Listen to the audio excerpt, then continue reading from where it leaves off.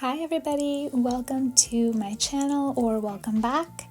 My name is Susie and my channel is the Small Art Society, and today we have the March episode of Shop My Art Supplies with me. It's a challenge that I've started on my channel. Not so much of a challenge, but more of a series where I'm going to be shopping within my art supplies every month and trying to use some of the materials that I have that I've owned for some time but I haven't really used too often. This is the third episode, so I do have 2 other episodes of this series on my channel and it's been really fun. Today I'm using a very kind of landscape sketchbook that I have. I did actually already use this in one of the prior episodes of the Shop My Art Supplies with Me challenge, which I'll link in the eye if you're interested. But I'm doing something a bit different with this today.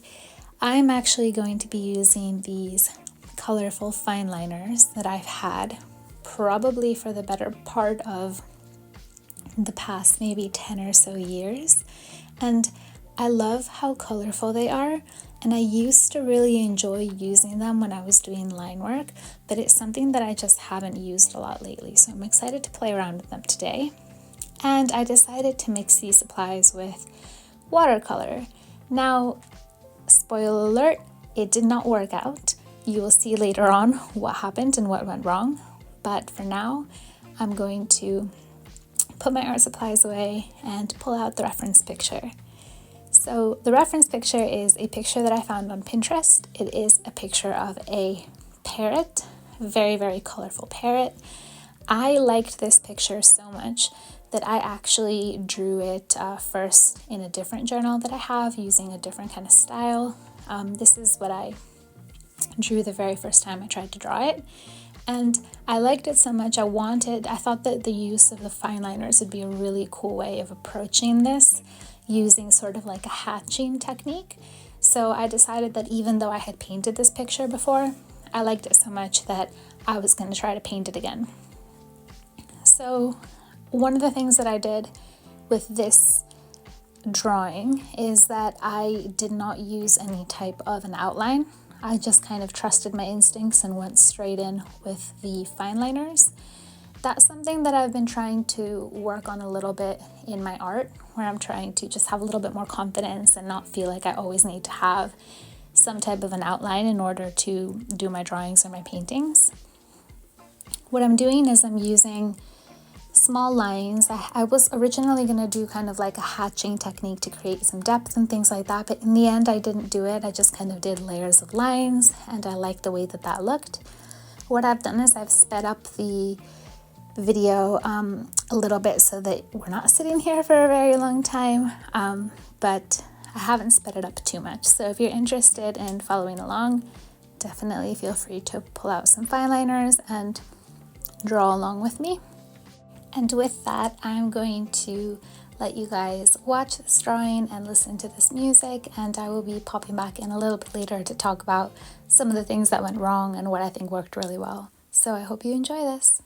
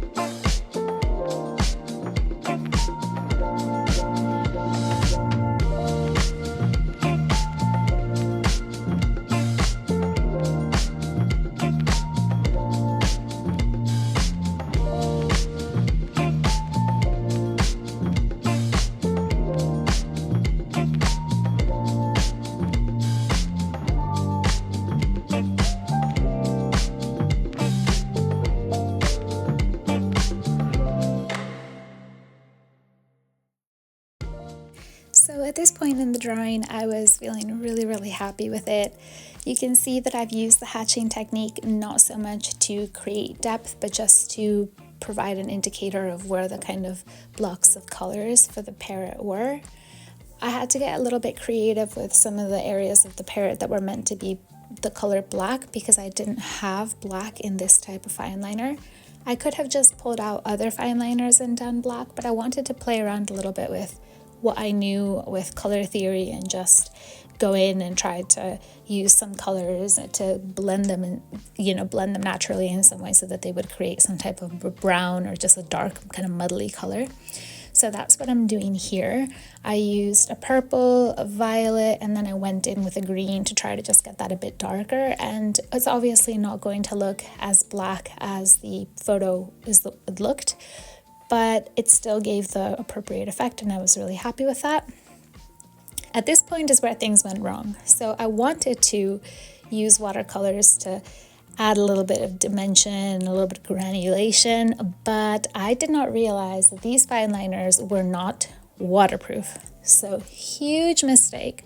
All the time I spent hatching just went out the window at this point, and I realized that these were not water soluble. This is the moment where I checked them and it does in desperation to see what had gone wrong, and I had to just abandon that plan entirely. So what I did is I waited for the paint to dry, for the water to dry, and then I went in to kind of just go in with that blue again to get that hatching effect back in. And instead of trying to kind of go over the fine liner with watercolor, if I were to do this again, I would start out with the watercolor first and then I would go over with the fine liner. So I think that's actually something that I'd like to experiment with later on at a different time, maybe for a different episode. Because in my head, I had this idea of having a beautiful watercolor wash on the bottom as a base of this, and then having the hatching on top of the watercolor to emphasize the wings and the little feathers and things like that. And obviously it just didn't work out as planned for this one because the markers weren't water soluble, but if I did it the other way around, I think it would have worked. So at that point, I decided, okay, my original plan isn't going to work, but I didn't want to let go of using the watercolors. I still felt like it was missing something. So I decided to use the same type of hatching approach and to use that hatching approach to create a beautiful green background. And I used the color Serpentine Genuine by Daniel Smith. That is possibly my favorite green. So I used that color. This isn't 100% cotton watercolor paper, so I wasn't going to get the beautiful granulation that I might normally get with it. But I was still happy to use it on this paper, and irrespective of it not being 100% cotton, it still does at the end get a beautiful bit of granulation in some areas.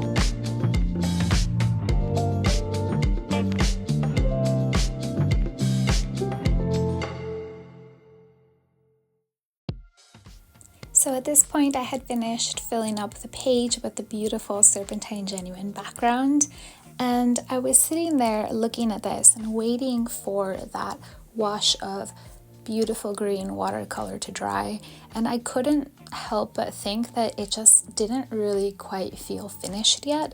So I decided to go back to this idea of having watercolor as a background and the fine liners, the color for fine liners, as something in the foreground and something on top of it.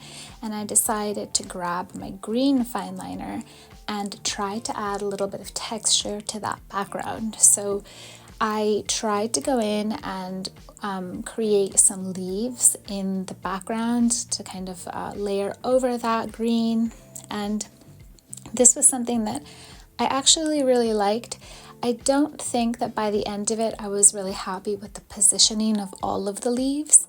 That's something that I think I would maybe have to think a little bit more about and maybe lay it out in like on a different piece of paper before kind of laying it down on this piece, because I realized that I was making them all, I think, a little bit too vertical, and that made it feel a little bit unnatural. But again, it doesn't really matter because this is all something that I'm just playing around with and seeing what I like, but that's definitely something that I would change if I were to do this again.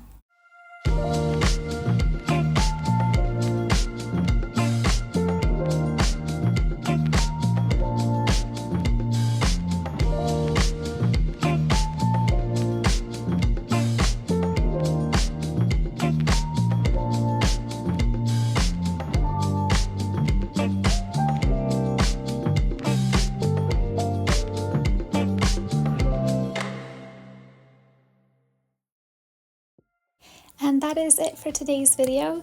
Thank you so much for spending the time watching this video with me. I hope you've really enjoyed it.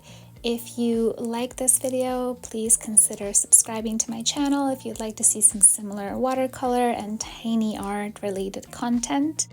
It also really helps my channel out if you give this video a like or drop me a comment. So if you're feeling generous, then please do consider doing that. I would obviously welcome that. And I do really enjoy hearing from people that watch my videos and seeing how they've experienced it.